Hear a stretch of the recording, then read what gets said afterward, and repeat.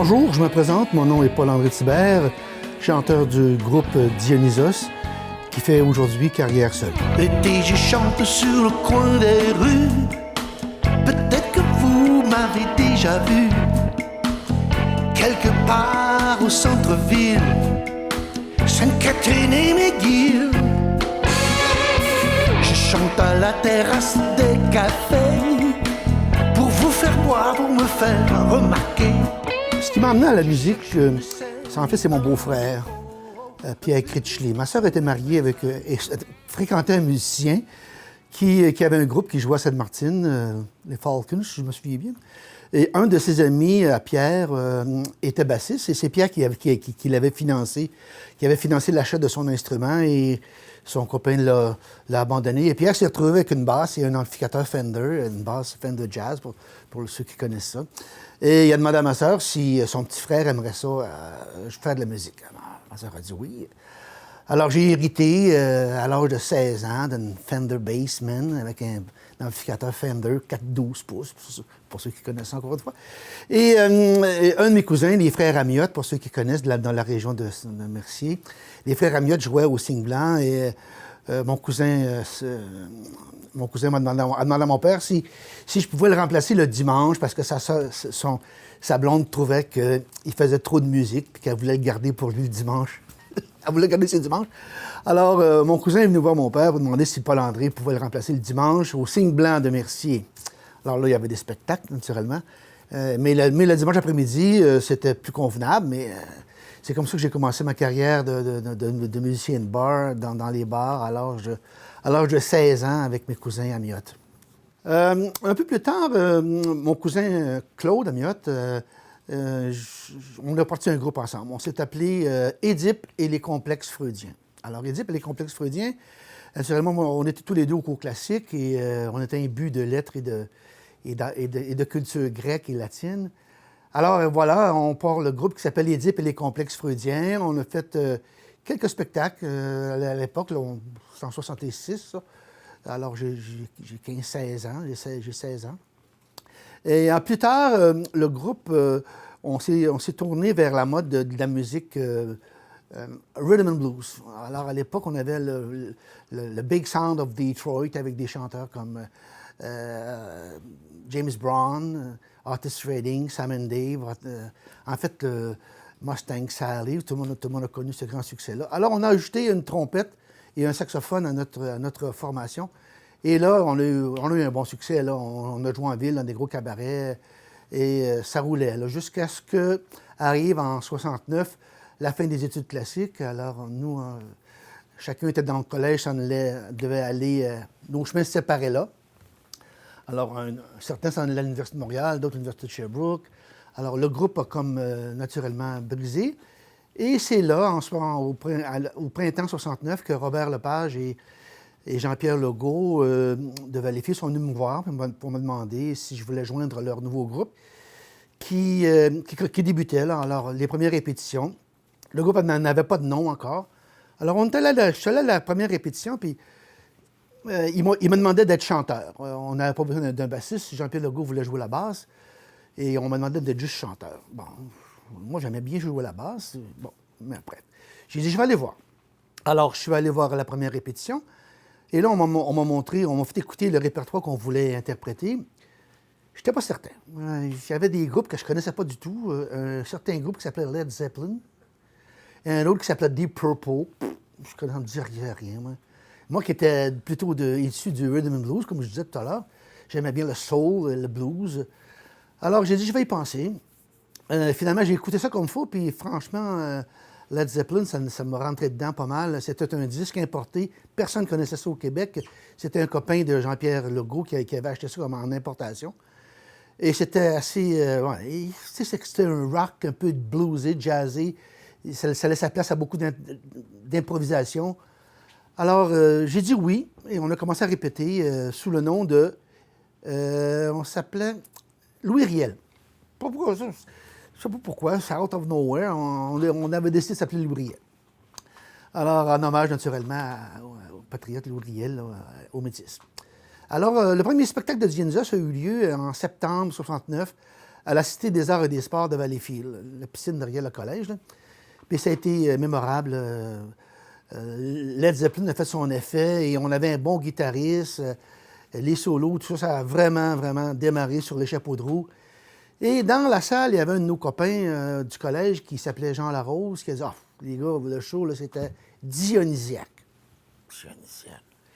Naturellement, on connaissait Dionysos. On a dit « Ouais. » Il dit « Vous devriez vous appeler Dionysos. » Ah ouais. On y a pensé, on dit « C'est pas pire, c'était original. » C'était peut-être plus pertinent que Louis Riel. Alors finalement, on a pris le nom Dionysos.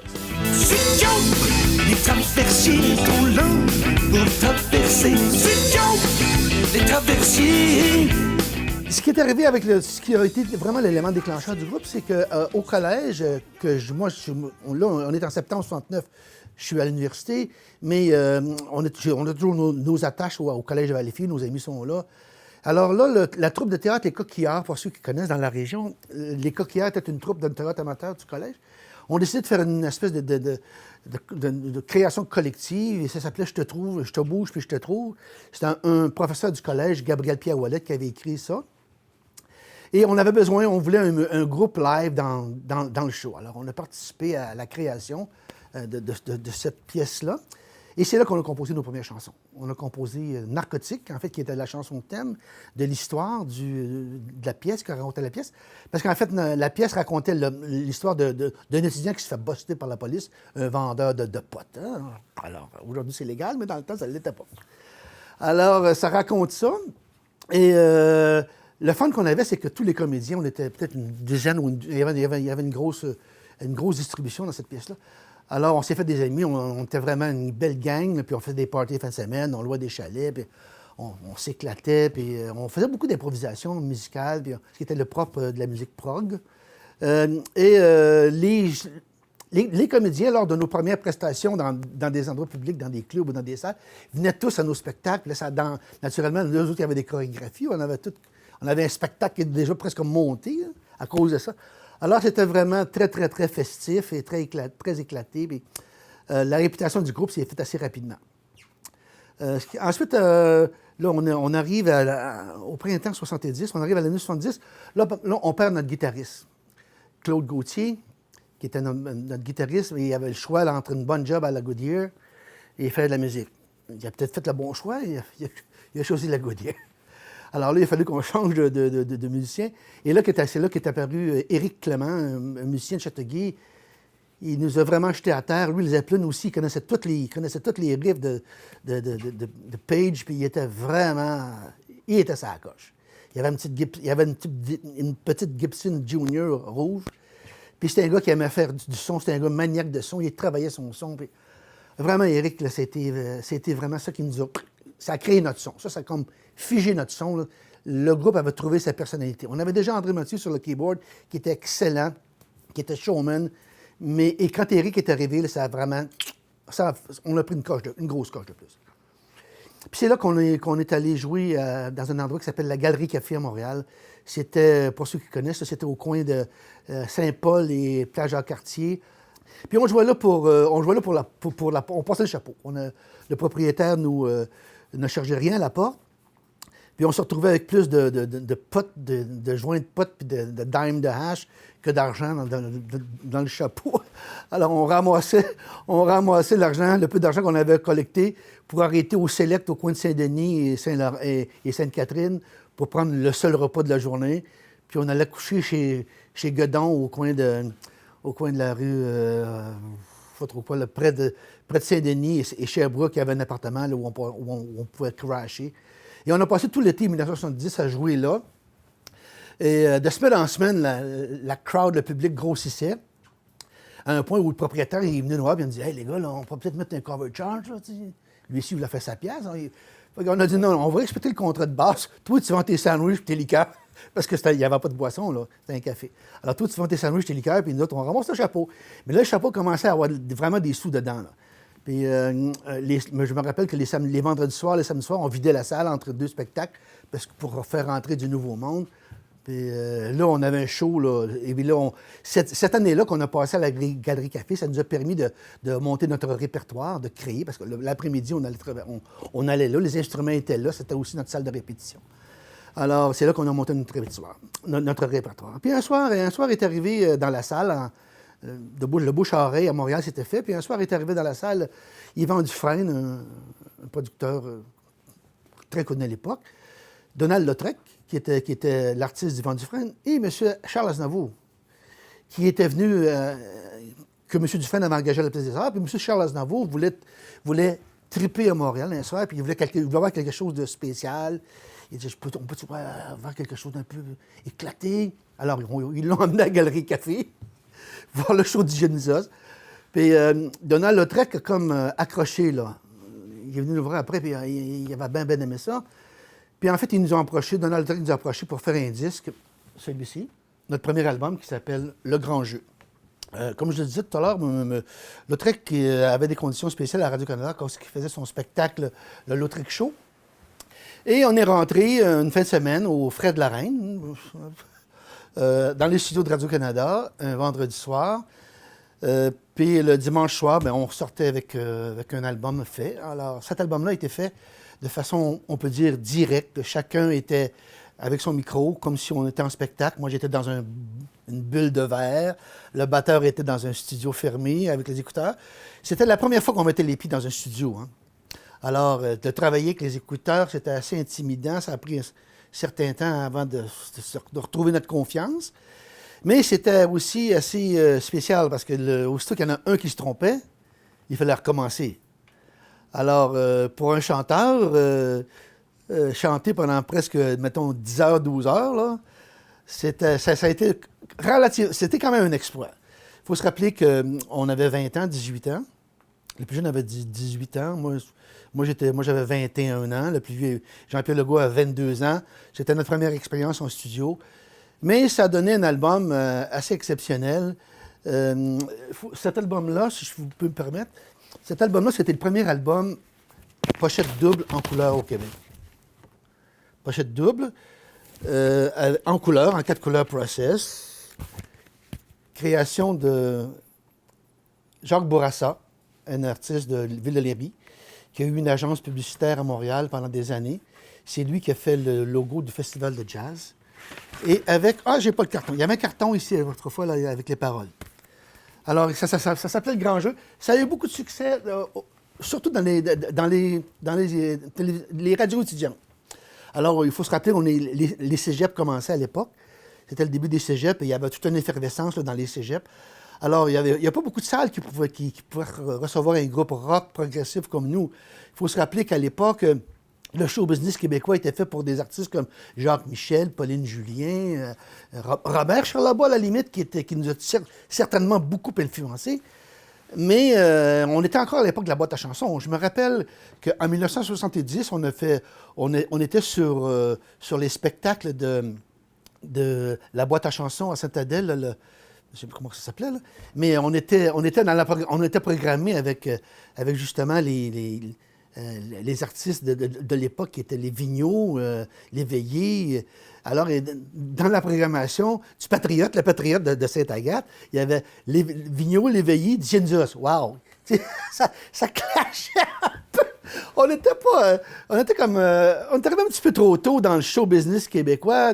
Les structures pour les salles rock, les spectacles rock n'existaient pas. On ne savait pas comment nous cataloguer. On nous appelait le groupe de l'underground. Alors, ou de contre-culture. Alors, c'est les termes radio-canadiens qui étaient employés pour nous définir. Et bref, de tout ça est sorti une chose extraordinaire, c'est qu'au printemps de 1971, on a été invités pour représenter le Canada pour les groupes rock francophones. Alors, on est allé représenter le Canada au Festival de jazz de Montreux. Alors, première fois qu'on prenait l'avion, tout le monde. C'était assez excitant. On est arrivé à Montreux, le grand... On était comme service 4 étoiles. Et nous, assez prétentieux, dans toute la prétention de notre jeunesse, le batteur voulait absolument jouer sur sa batterie. On nous avait dit, tous les instruments seront là. Alors, le batteur, en tête de cochon, il a voulu amener son drum, Fait qu'on s'est promené avec un drum en France. pendant une semaine. Puis même, à la limite, on voulait s'assurer d'avoir une Hammond L100. Bref. Anecdote au sujet de Montreux, c'est toujours intéressant. On a joué le même soir que Aretha Franklin, puis on était dans la même loge qu'elle. Alors, je peux dire que j'ai vu Aretha Franklin en sous-vêtements. Ben, alors, c'était quelque chose. Hein? Et puis, une autre anecdote de Montreux, alors qu'on attendait notre spectacle, on se promenait dans... Parce qu'il faut dire que Montreux, c'était une grande salle et sous la scène, il y avait un studio d'enregistrement pour faire des captations live. Et plusieurs artistes, naturellement, allaient là et filmaient leur spectacle. Puis certains groupes ont fait des shows live, dont Deep Purple, qui a passé un peu après nous. Là. Fire de Deep Purple, ça a été enregistré à Montreux. Alors que le casino brûlait, pour le vrai. Parce que le casino a brûlé quelques mois plus tard après notre passage.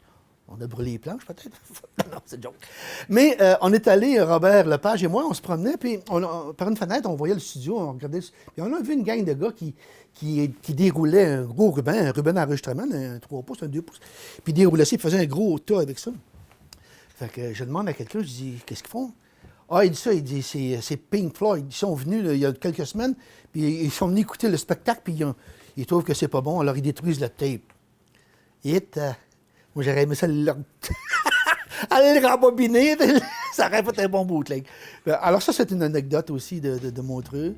Oh, quand je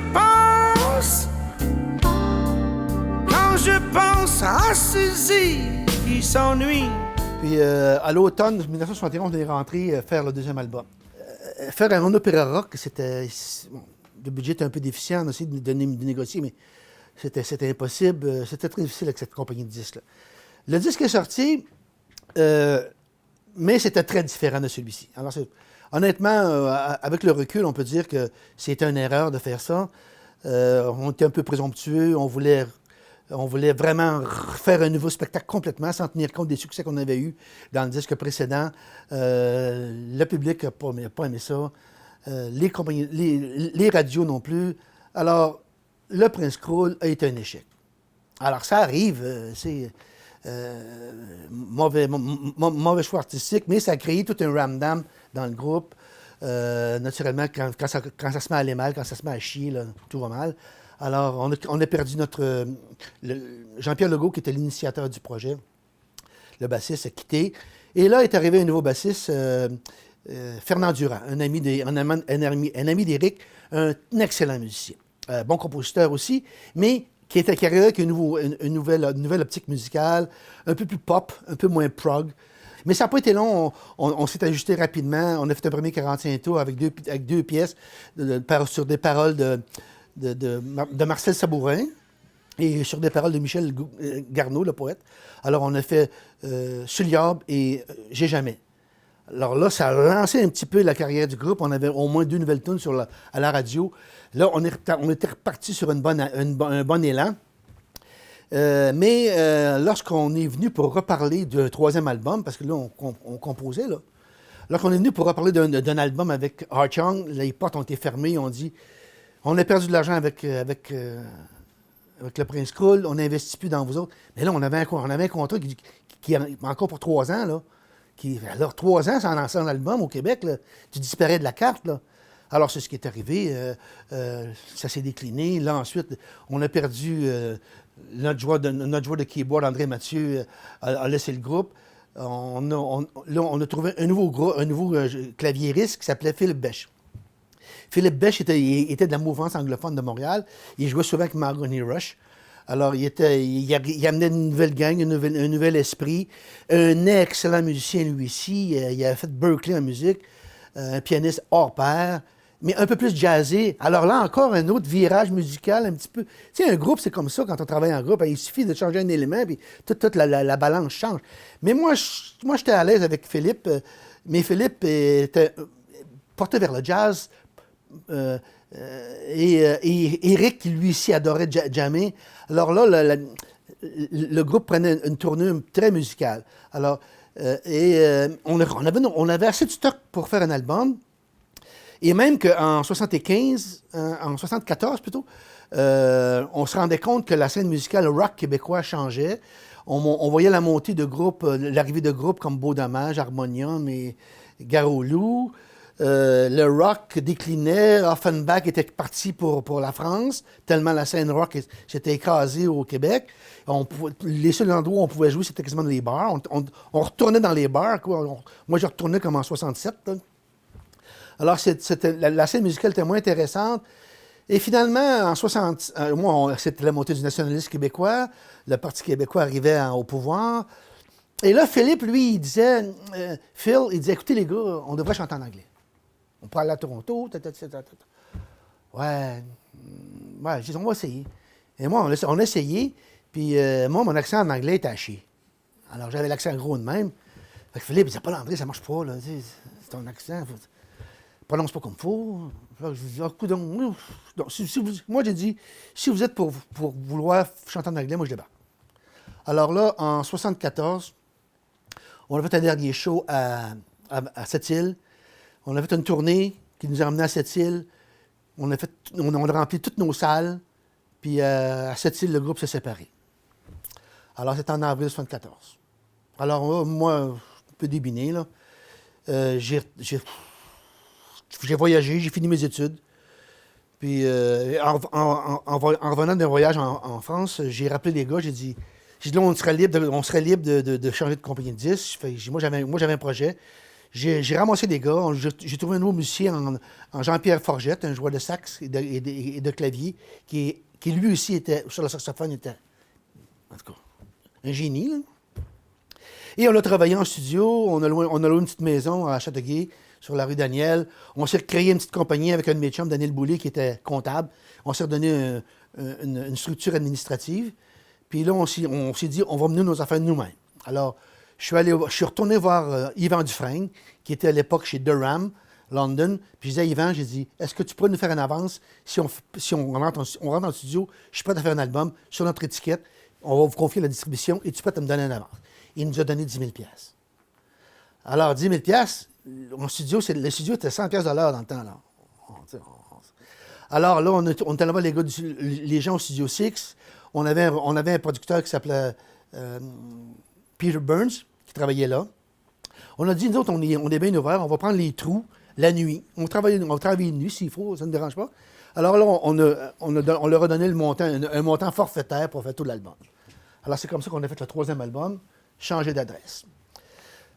Retour en 1976 sur la scène musicale. Ça va bien. On fait la fête nationale sur la montagne avec Offenbach. Tournée au Québec, mais le public n'était plus là. Quand on était absent depuis déjà 2 ans, puis là, c'était vraiment les grosses années là, de Garou-Loup, d'Harmonium, puis de Beau Dommage. Il n'y avait plus de place. Là. Le Québec, c'est petit. Hein? Alors, il n'y avait plus de place. Là. Tout le monde était à la même place, mais pas à la nôtre. On a recassé encore une fois, et chose les plus curieuse que tu ne peux pas imaginer, le dernier choix a encore été une fois à Sept-Îles. Alors, les 2 fois que le groupe a cassé, c'est à Sept-Îles. Au bout de la route, disons. Alors, on est allé jusqu'au bout de la route les 2 fois.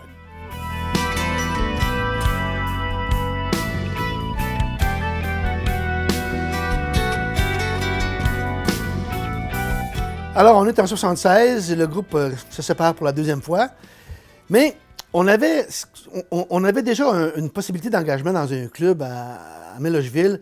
Moi, j'aimais la formule orchestre à la demeure. Alors, le 400 à Mélogeville nous avait offert de jouer tout l'été à l'hôtel. Et là, le groupe se séparant, je suis retourné voir le propriétaire, j'ai dit, écoute, je vais honorer le contrat, mais avec d'autres musiciens. Puis, alors là, j'ai créé un groupe qui s'appelait Rock Express. Puis on a joué tout l'été à Mélogeville. Et est arrivé à un moment donné, un soir, Michel Lefrançois, un ami de Saint-Rémy, pas loin d'ici, qui, lui, était réalisateur. Il travaillait beaucoup avec des grands... Puis Michel est venu me voir jouer, puis il m'a dit « Hey, je cherche des projets pour mon producteur. » Il dit « Ça t'intéresserait de faire un album solo? » Ouais, certainement. Alors, je suis rentré en studio avec Michel, mais là, une autre formule. Michel, lui, avait ses musiciens. Alors là, je suis allé seulement comme chanteur.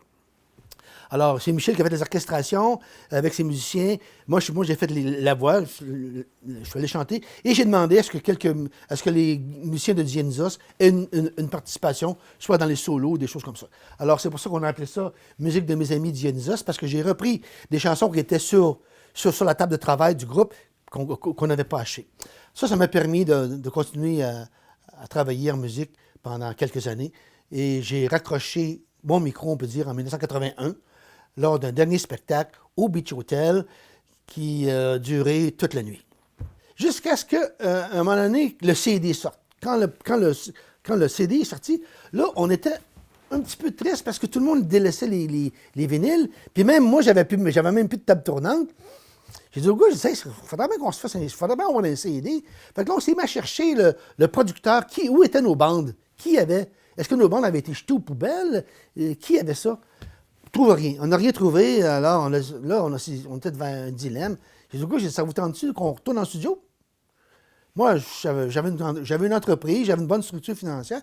J'ai dit, on va regarder qu'est-ce qu'on peut faire. Alors là, les gars ont dit oui. Alors là, on s'est lancé dans la production, si je peux me permettre. On a produit ça. Pionnier, pour souligner le 25e anniversaire du groupe. Alors, on s'est payé le studio Victor en ville, le meilleur studio. On a répété pendant 2 mois au sous-sol de mon bureau sur la rue principale. Puis ça a donné le meilleur album que Dionysos a jamais fait. Alors, ça s'appelle Pionnier. Il est disponible sur iTunes, puis il est disponible sur mon site internet, patibert.com. On arrive en 2018-2017. L'âge de la retraite, pour moi, a sonné. Et je m'étais toujours promis qu'à la retraite, je retournerais à la musique. Et là, finalement, j'ai rencontré Éric Bernard, des studios de la production de la guitare verte, ici à Châteauguay, sur le boulevard Diouville. Et avec Éric, on a réalisé mon album solo, mon deuxième album solo, un album éponyme, 10 nouvelles chansons. Je suis très content, très fier de cet album-là, parce qu'en fait, cet album-là résume tous les choix musicaux que j'ai faits dans ma vie, à partir de l'époque où je chantais avec mon cousin Claude Amiotte, qu'on faisait du Aznavour, du Beko et de la chanson française, en passant par le rhythm and blues, en passant par le rock progressif, la salsa, la samba, des tous genres confondus. C'est un peu moi, parce que la musique, je l'aime. J'aime tous les styles de musique à condition qu'elle soit bien faite. Et c'est un peu ça que je retrouve sur mon album Paul-André Thibert. Je suis une cigale qui chante quand il fait beau. Je donne mon récital